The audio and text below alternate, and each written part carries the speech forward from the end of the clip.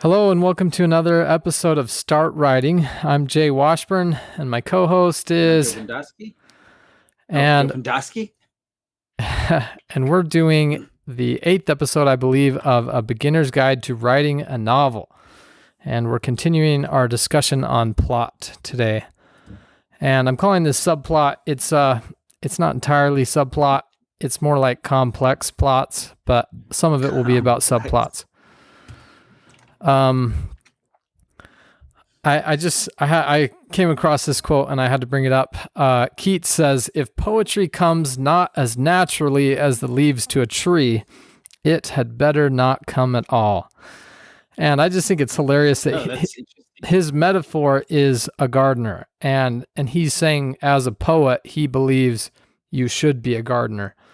And I think if you are a gardener, if you're Stephen King and that works, then good on you and lean into that skill. I think he's a stellar writer.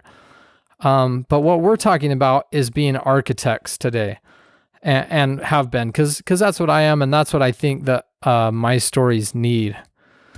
And I might just say that, like, if you're a gardener, lean into that. But if you're failing as a gardener and you think you're a gardener, maybe you need some of what we're going to talk about today. And maybe being more of an architect is worthwhile. Yeah, I know I've said this like 100 times on the show, but like whether the method to writing, whether you're a gardener or an architect, is really about whatever makes the writing process easiest for you. And that's it. Yeah. Like I said, I think I've mentioned, like, the first novel I ever wrote, I wrote as a gardener, and it was brutal. Just sitting down at just a blank page with no idea what I was going to write was a nightmare. Yeah. And I think the same happened to me. I told you the story about my professor writing the flat line. And I needed to understand a little bit better the mechanics. So I wanted to, by way of review, last time we talked about the plot clock, and that's the structure that I use to set up a novel. So here on the screen, I have, this is the outline. This is basically all I knew about X dot as I started writing. And to be honest, I don't even think I have a hook, but what the hook is now is that you kind of see Nate's world and how he's torn between being an imaginative kid and like surviving at school and not getting beat up, all that kind of stuff. That's basically the hook. And then what I wrote in my outline was, okay, the pledge, a quarter of the way into the book, Nate is going to find out that these weird dreams that he's been having are actually real. He's going to find proof that something that he dreamed about does exist in the real world. And so then when I was writing the book, it's just like, I just have to fill in from the hook to the pledge and kind of get to that spot where he can have that revelation and it would make sense to a reader. And then my next plot point, the turn, this is 6 o'clock. I knew that Nate somehow became what in the story I call a nexus, meaning not only could so the story's about ghost robots, right? And these weird interdimensional creatures that he's dreaming about from another world. And so like that first plot point, he realizes that they can reach through into his world. And the second plot point is he figures out the method to reach through into their world.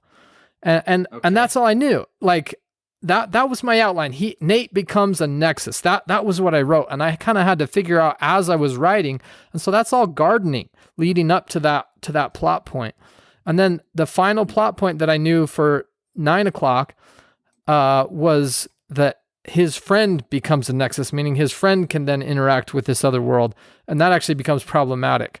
But like that's really all the outline that I had when I wrote that novel, and I just gardened. So I have this next shot here. This is what I did after I had that outline. Then I'm just writing. I'm trying to write the NaNoWriMo amount per day. And I kept up with it pretty good. And that's how I drafted this book. I'm just punching out these chapters to fill in that outline. And then there was a ton of editing that I had to do afterward. In fact, months, like 6 or 9 months till I kind of felt like the book was done. But I just kind of want to show an example of how the plot clock is this bare bones system. And at least for me, that's what worked for me, is I garden in between and just kind of fill in those gaps as I go. So I was going to talk about Song of Locke's plot clock as well, but I'm not sure that it's going to add much. So I guess I'm not familiar with this clock, but I think I saw your plot clock while you were writing Star Child, and like you had like in your outline you had every chapter with a little summary written out. Okay, yeah, well we'll get to that in a sec, but yeah. Whoa. So, well, and that's the thing, like Song of Locke is written by a single narrator, and everything is just linear, following that single person throughout the whole story. And I think that the plot clock works really well for setting that up, with like just having one character. And the same is almost true of X dot. X dot does have these other chapters that go into the Ghost Robots view, but they don't push the plot forward a ton. They're almost more supplemental. But I wanted to write something more complex when I did Star Child, and I wanted to have many character viewpoints, and that simple outline wasn't working as well. And so I'll show you here in a sec kind of how I innovated on that.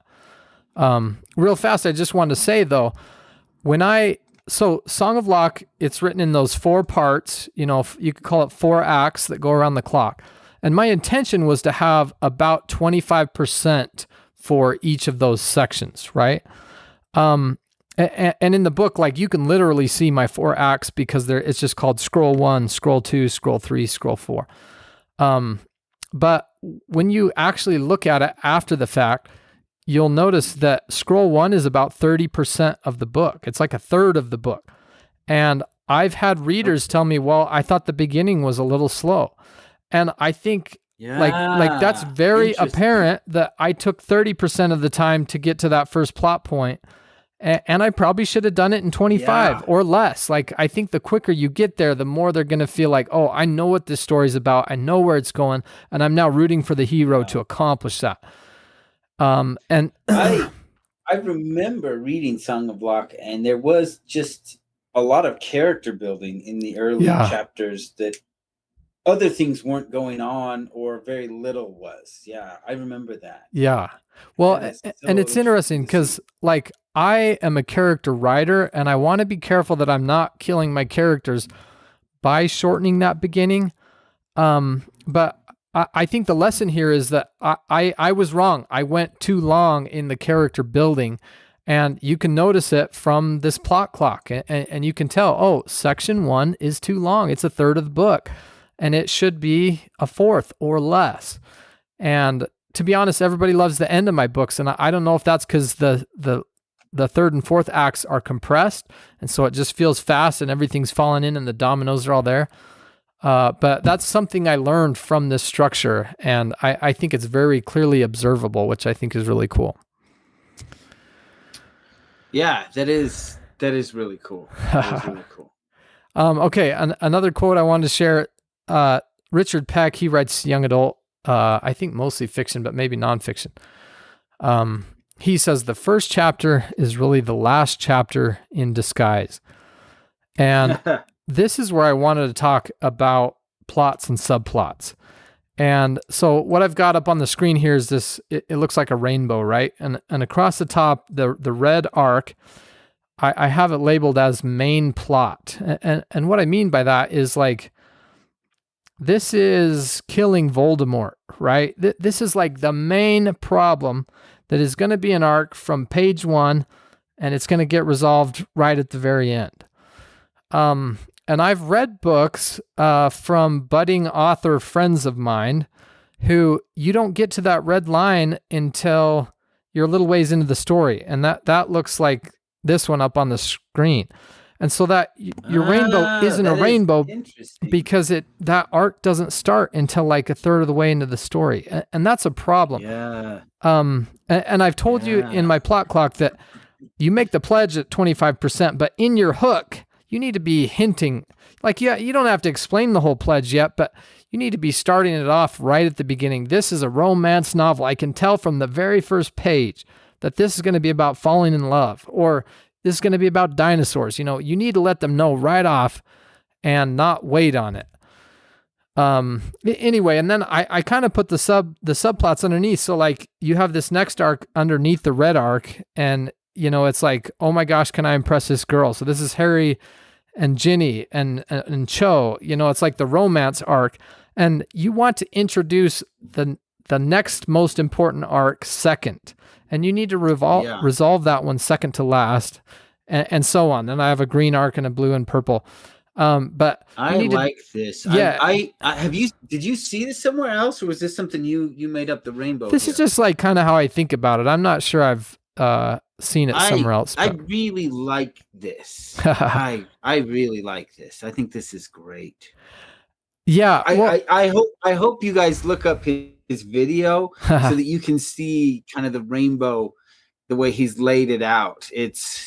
Yeah. So yeah, and by the way, if you're listening to the podcast, I have a link to the YouTube video in the show notes. So just click that there, and that'll get you on over. So, okay, so this next slide, this is because of you, Joe. Joe talked about hot spots, and so you can have your rainbow skewed in a way. So I made it so like your blue and your violet arc are at the very center bottom of the rainbow, and they're introduced late in the story and they're resolved early in the story. And I think that's a completely great way to go if you want. You can introduce these miniature little plot lines or plot arcs, and you resolve them not long after opening them. But another way to do this, and this is, Joe, what you've talked about and kind of taught me, is you line up all your arcs so they open up one at a time, but they all resolve together at the very end. And so defeating the bad guy and winning over the girl are somehow tied up in the same moment. Like maybe it's your basketball championship or whatever.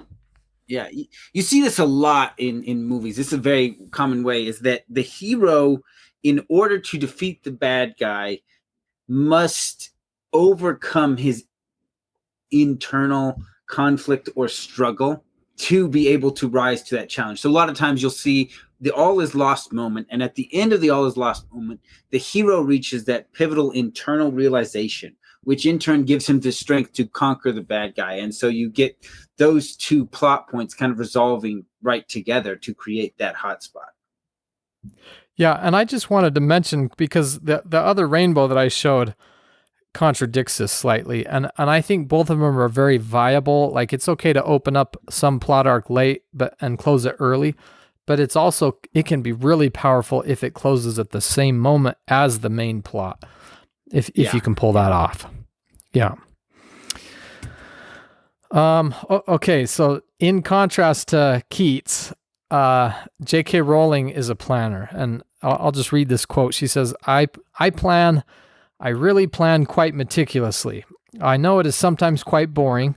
When people say to me, I write stories at school, and what advice would you give me to make my stories better? I always say, and people's faces often fall, you have to plan. And they say, oh, I prefer just writing and seeing where it takes me. And her response to that is, sometimes writing and seeing where it takes you will lead you to some really good ideas. But I would say nearly always it won't be as good as if you sat down first and thought, where do I want to go? And what end am I working towards? And what would be a good start? And and I think this is really interesting. And she's definitely an architect, but I mean, George R. R. Martin is famous for his brilliant plots, and he's a gardener. Mm-hmm. But I think he's a gardener in a very different way than a lot of people are. Like, a lot of gardeners, you just kind of write and see where it goes, and you edit and fix things. I think Martin throws out massive piles of manuscript because he gardens, and then he sees where it goes, and he's like, that's interesting. And then he goes back and he starts over, and he just, you'd almost say he gardens all the rows and then picks the best pieces from each row.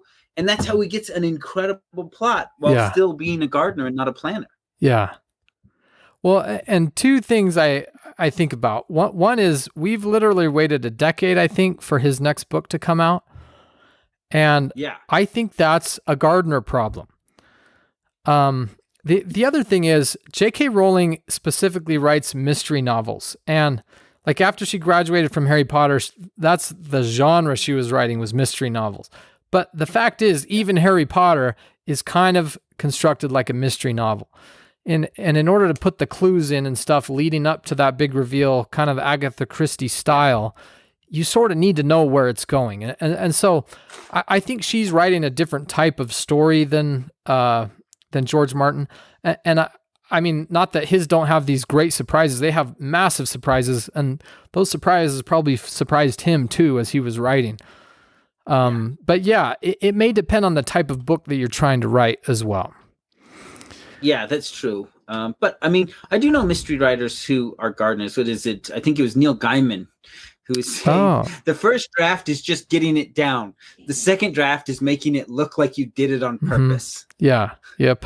You know, and so I think that's kind of the gardener. You know, if you're a gardener when you're writing a mystery, I think that's what happens, right? Like you realize you need this, and you write it all down in the first draft. It doesn't even make sense. Be like, wait, this clue's not even here. Be like, not yet. That comes in second draft. You know, I put that in there. Yeah. So I think even as a mystery writer, you can be a gardener, and like you said, you take the Gaiman advice, and the second draft is plugging in all the holes so it looks like you did it on purpose and it was always planned out.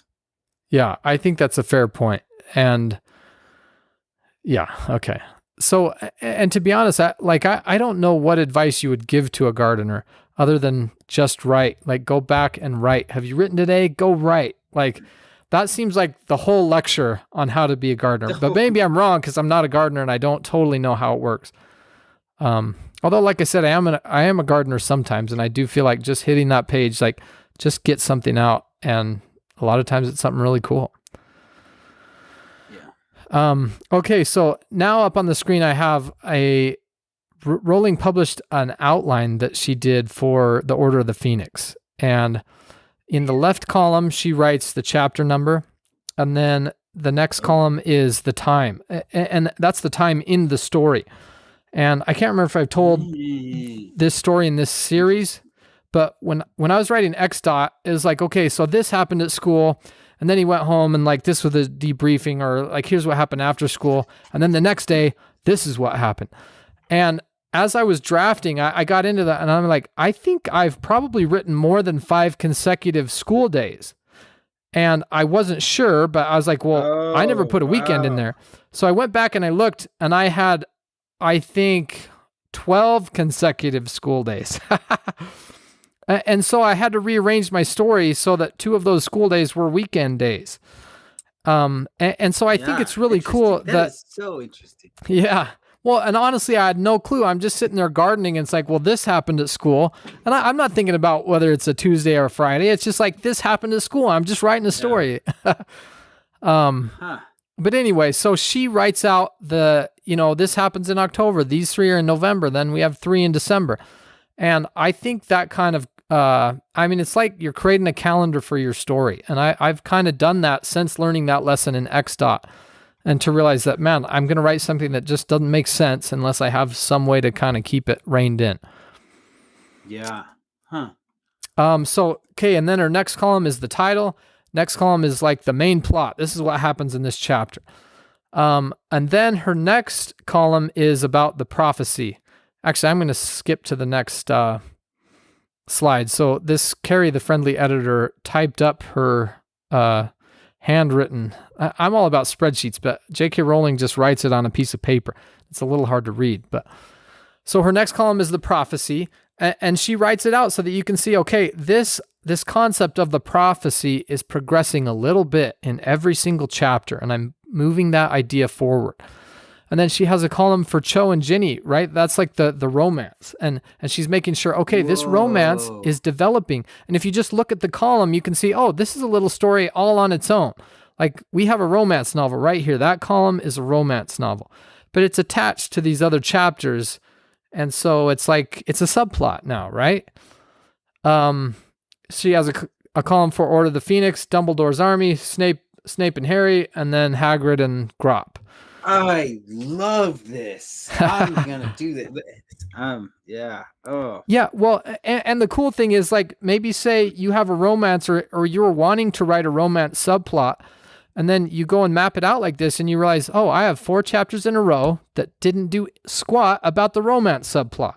And you don't have to do a lot, but you need to like keep that thread going in order to like have it be a significant part of your story. And I think the way that she laid it out here is pretty cool and seems really helpful. Yeah, I'm gonna start doing this. I loved it. Yeah. Okay, so this next slide, it just shows in green, it shows what J.K. Rowling added. And like, this isn't something that's in her outline. It's just this reader went and figured out, okay, I'm looking at the actual published book and these green things she added. And then yellow is things she moved. So it's like, well, I thought this was going to be chapter 1 and now it's chapter 5, you know? So she's moving stuff around. And then the red is what she deleted. I guess I would have to see this bigger and sorry, go through it. So, well, I mean, it's nothing you can do. If you can put a link to this, then I can go to the page itself. Okay. Well, actually, yeah, man, I should put a link to the slides maybe, but yeah. But to be honest, the little stuff doesn't matter so much. What matters is this is the gardening aspect of her architecting, right? She wrote an outline, and then once she's boots on the ground, she's like, I need to change this. I can feel it, or I can sense it, or it's just not growing that way. So I need to do this. Yeah. And so, and as you can see, like this entire page has been changed. Like there's probably like 7 squares out of, you know, however many dozens that didn't get changed, right? Almost everything was affected in some way once she's, you know, boots on the ground or editing or whatever. I think, again, that's an important thing to allow your story to grow as it needs to and as it fits. So that's a way to do a more complex plot and do more and like have subplots that make sense and that your readers can trace throughout the book. Okay, so I kind of already introduced this, but Song of Locke, single narrator, single perspective, right? And then I'm writing this epic space opera, and I'm partially doing this to grow as a writer. I wanted to do multiple viewpoints, but the fact is my simple plot, my plot clock was not quite cutting it. One thing that I changed when I did the plot clock for this book was it was sort of like, this is what happens to the team, and not necessarily what happens to an individual as they're going through those plot points. But then I came up with this idea, and again, this is how I conceptualize it, and I hope that it's helpful to you, maybe. But so in a musical staff, you have pitch. That's the y-axis. And if you move a note up and down, you're changing the pitch. You're changing which note is playing. And then your x-axis is your rhythm, right? And you can create these beautiful works of musical art with just pitch and rhythm, right? It's a very simple thing. So I had to flip that because of how a spreadsheet works and how lines go sideways. But I'm basically creating what I call a plot staff. And we have characters across the top. So the column headers are character names, and those are the different notes that we're going to play throughout the book. And then our rhythm is now the y-axis, the up and down. And that's when these character perspectives come in. And that's our plot staff. So this slide is, well, and I should say, I've never created a plot staff before writing. I always made these after drafting the first draft, and it helped me to reorganize and to edit. But I think it is possible to do this detailed of an outline, but I just need to be on record of saying this is my editing outline rather than my drafting outline. And I can't guarantee that it works well for drafting, but I know that it has worked very well for me with editing. And so what I do is, like, column 1 is in purple, and the character Cal, like, these are each of her chapters. And I write out, her chapter 1 is called The Uncrowned Queen. And then on here, I blurted out for the sake of spoilers, but I actually write a little synopsis. These are the key points that take place in chapter 1. And then if you follow her column down, chapter 7 is hers, chapter 12 is hers, chapter 15 is hers. And you start to see this rhythm where it's like, okay, Cal is popping into this story at a pretty consistent interval. If you look at the next column, Knack, his chapters are maybe even more consistent. And at the top of my spreadsheet, I have it automatically tally how many chapters are for that character. So, and that tells you another thing, which is like, is my story really devoted to the person who I'm thinking of as the main character? And and that takes place here, where Knack actually has one chapter more than any other character. And his rhythm is very consistent. Boom, boom, boom. Chapter 3, 6, 10, 14. And they're pretty evenly spaced throughout. The next character is Cupcake, and she has a third chapter that's actually down off the screen, but she's very sparse, right? She introduces part of the book, she's in the middle, and then she's again at the end. And I'm okay with that. I think that could be a red flag with some characters where you see that and you're like, oh, this character is not showing up, and that seems like a problem. In this case, she interacts with other characters, so it's almost like she gets extra chapters, like, for example, when she's talking or interacting with Knack or Cal. So that like kind of makes that okay. However, in the next column, you'll see the green. We have the Knight, that's Benton, chapter 4, and then we don't see him again until chapter 17, right? There's this huge gap for Benton, and we just don't get his perspective for like the whole first half of the book after his one chapter. And that's kind of a problem. And you'll actually notice that he comes in more rapidly at the end, maybe overwhelming in rhythm. And it's funny, my daughter, I read this story to her. Well, I kind of read it / told it to her. And she loves the character Benton. But the fact is, almost all readers don't really love the character Benton. And she's so frustrated. She's like, well, he's so cool and I like him because this, and I just think he's a great like romantic partner and da-da-da.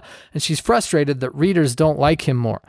And I think it has something to do with the way his character is, but I think it also has a lot to do with the fact that we introduce him in chapter 4 and we don't see him again till like halfway through the book. And again, that's something that this type of outline can highlight for you.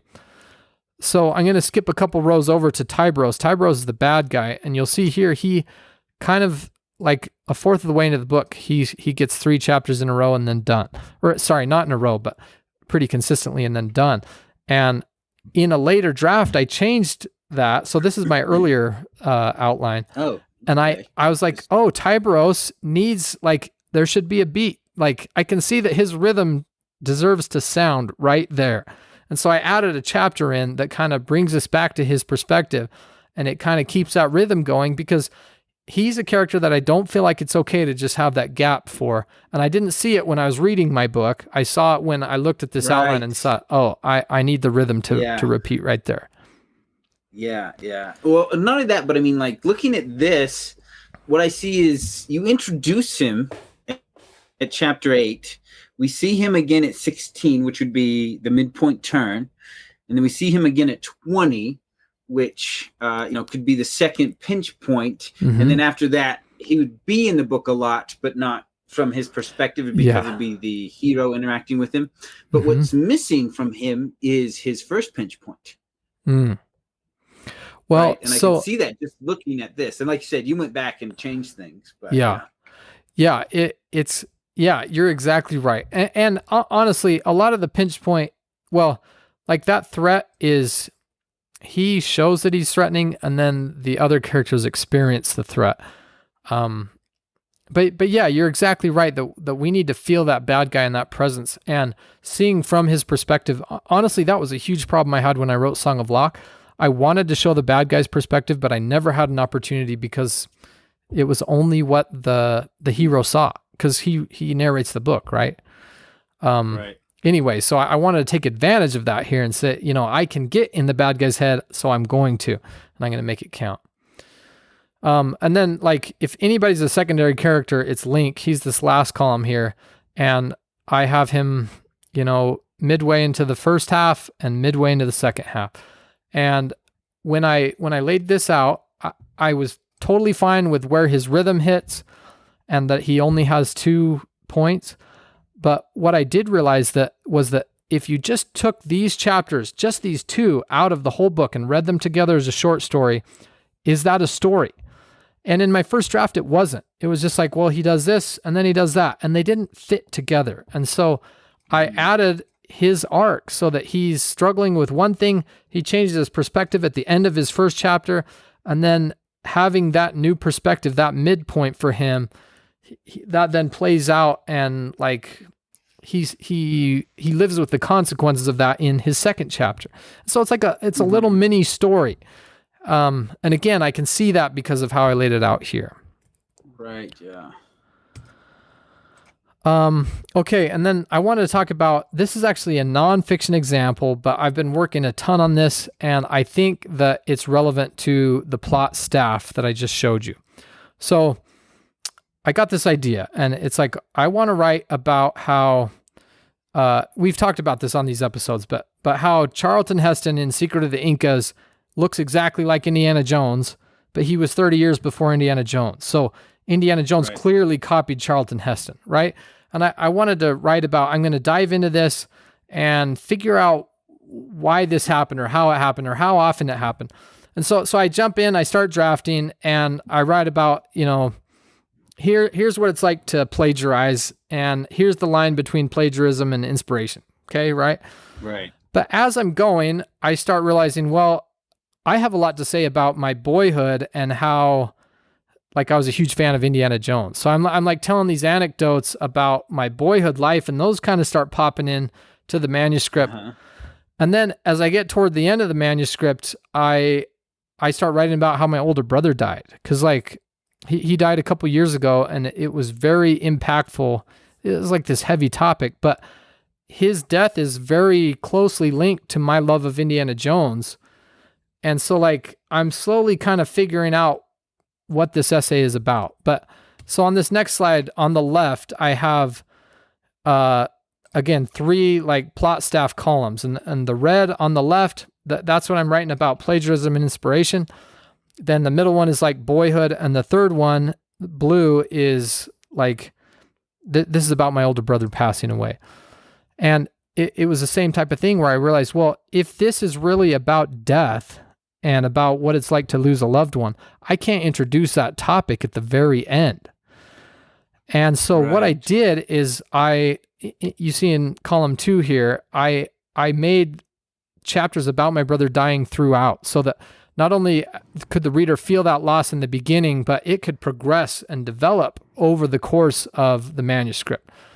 And I just organized it as ABC, ABC, ABC, like it just goes from each of those topics in an order.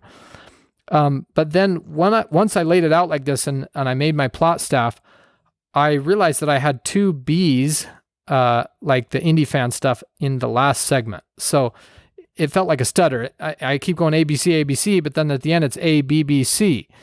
And I didn't want to have like a super long chapter, but I needed to figure out a way to put that.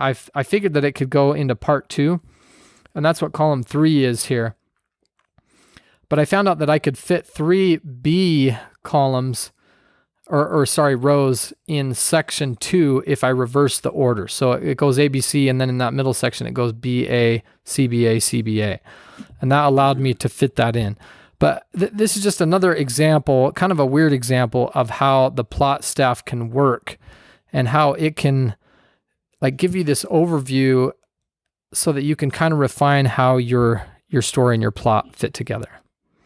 Yeah. I remember one person talking about going to critique groups and getting critiques from other writers, and he compared it to like you're in the kitchen, right? And your critique group will pick up a plate and be like, well, this one's dinged or scratched, or maybe it's a little dirty here. The dishwasher wasn't strong enough to scrub this off, whatever.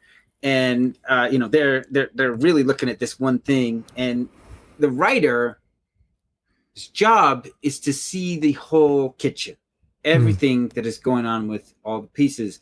But a lot of times, I think you're right. It's hard for us to see the whole picture sometimes.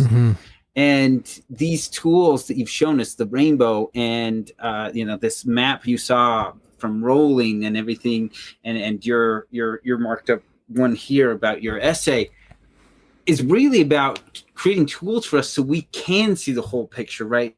Yeah. Sometimes we think we imagine in our mind what we have written, and that might not match up with what we've actually written. And these tools are just to help us see it better. Like, what is it? I know, like with basketball players, one of the things they'll do with early, kids in college is usually it's, unless you went to like a really fancy high school, it's the first time they film you doing different things. And then they can show you, be like, your coach has been telling you forever. And now for the first time, you can see it. Yeah. You can see your arm sticking out weird, or see how you do something funny. And it's like, oh, wow, I'm definitely doing that wrong. And to get that insight is really useful for athletes to see themselves performing something, knowing how it's supposed to be done, and then having the real image compared with how they're imagining it play out in their head, and seeing that incongruence and being able to fix it. And I think that's what these tools are about. Yeah. Letting you see the book how it is and not just how you're imagining it. Yeah. Okay, I just wanted to part with 3 little tips about that I think can maybe help, and then we'll wrap up this episode. So the first is, I love this story. As a young adult, I read the Lloyd Alexander Chronicles of Prydain, and I recently found out that his editor read the 5th book once he finished it. And by the way, that's a Newbery winning book. Like it's a good book. But when his editor read book 5, she said, there's something missing, and it's an entire book that comes before it. Huh. And basically she was saying, your hero is mature and heroic, and there's a gap from where he was as a young boy to where he is as a man in this final book. And she said, you need to write a book 4 that comes before this, that gets him there and that develops him there. And yeah. I just think a lot of times you can't see that, and you need a good editor to point that kind of stuff out to you. And honestly, it also helps if this is an advantage of an indie author, but you can publish all your books as ebooks and then go back and make edits and changes as you need to. It's almost like publishing a draft in a way where you could easily insert a 4th book and it wouldn't be that big of a deal. But sometimes that is a big deal if you're working with a big publisher. But okay, the next tip is just that. So here on the screen, I have an outline of, so I wrote X dot. It's going to have 3 sequels, so it's 4 books total. The Song of Locke is a trilogy. Star Child is 3 trilogies. And the reason I'm putting this up here is to demonstrate that all of my ideas are huge. And I think if you're a writer, if you're an author at heart, your ideas are probably all huge too.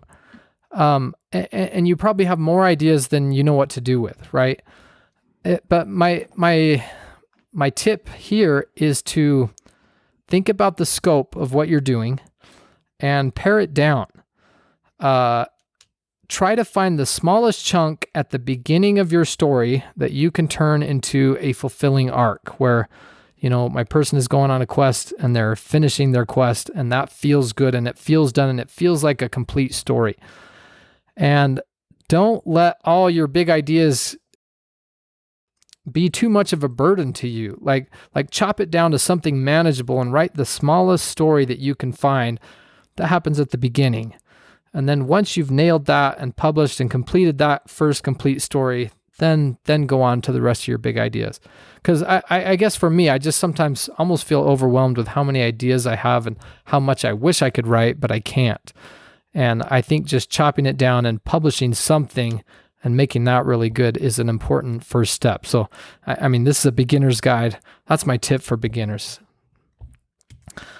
Okay. Yeah. Oh, sorry. Do you have a comment about that? No. You mentioned a beginner guide. I was like, oh yeah, this is a beginner's guide. I feel like this version of the beginner's guide is like after you have draft 1. Yeah, for sure. Yeah, and so I even want to talk about editing here in the next couple of lectures, but yeah, to be honest, this turned from the beginner's guide into like this is everything I can teach you about how I've written my novels. So I guess I got a little beyond the scope, but I hope it's somewhat concise. Maybe, 9 episodes is not too much, but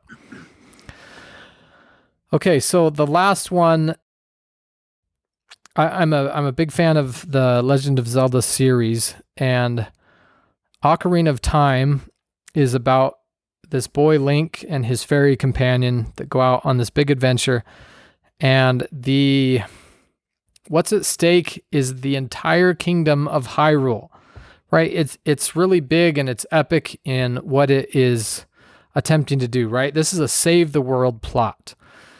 And then Ocarina of Time has a direct sequel where it begins with Child Link, and he's sitting on the back of his horse. He's going through this haunted-looking forest that's gloomy, and his shoulders are slumped, his head is bowed, and he's going so slow, it's at a pace that he seems not only depressed, but it seems like he literally no longer has an objective. And it's just like this depressing and sad and gloomy, but in kind of a romance sort of way. But then the narration comes up and it says, done with the battles he once waged across time, the hero embarked on a journey, a secret and personal journey, a journey in search of a beloved and invaluable friend. And when you see that line, all of a sudden you're like, whoa, wait a sec. Where's the fairy? His fairy's not with him. And so he had this best friend companion that was with him for the entire game to save the world. And this next game starts out with saying he's looking for his friend. And I just got to say, like, one death is a tragedy, a million deaths is a statistic, right? Saving Hyrule is a million deaths, right?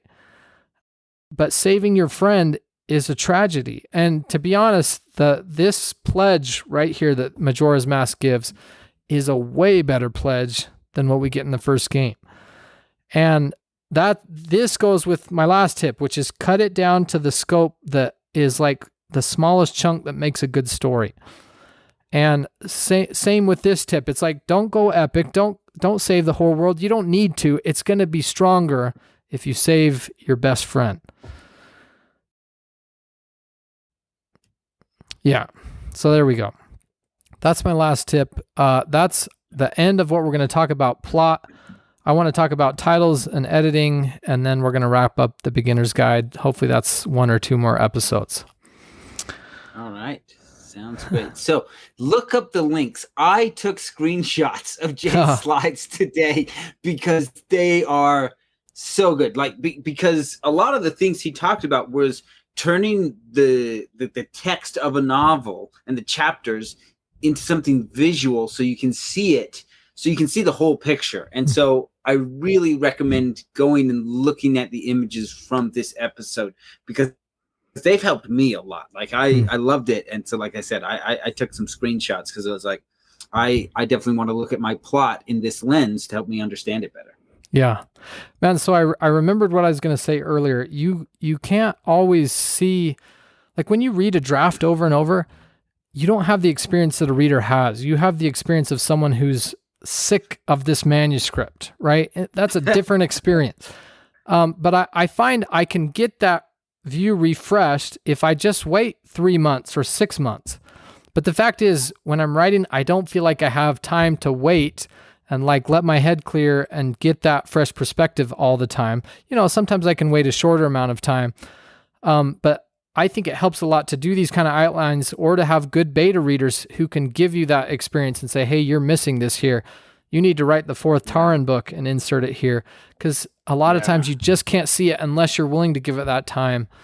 And honestly, I just feel like time is of the essence. That's like the one thing we can't always give to these stories, even though maybe they deserve them. But okay, well, thank you for listening. And it's time to start writing. This was great.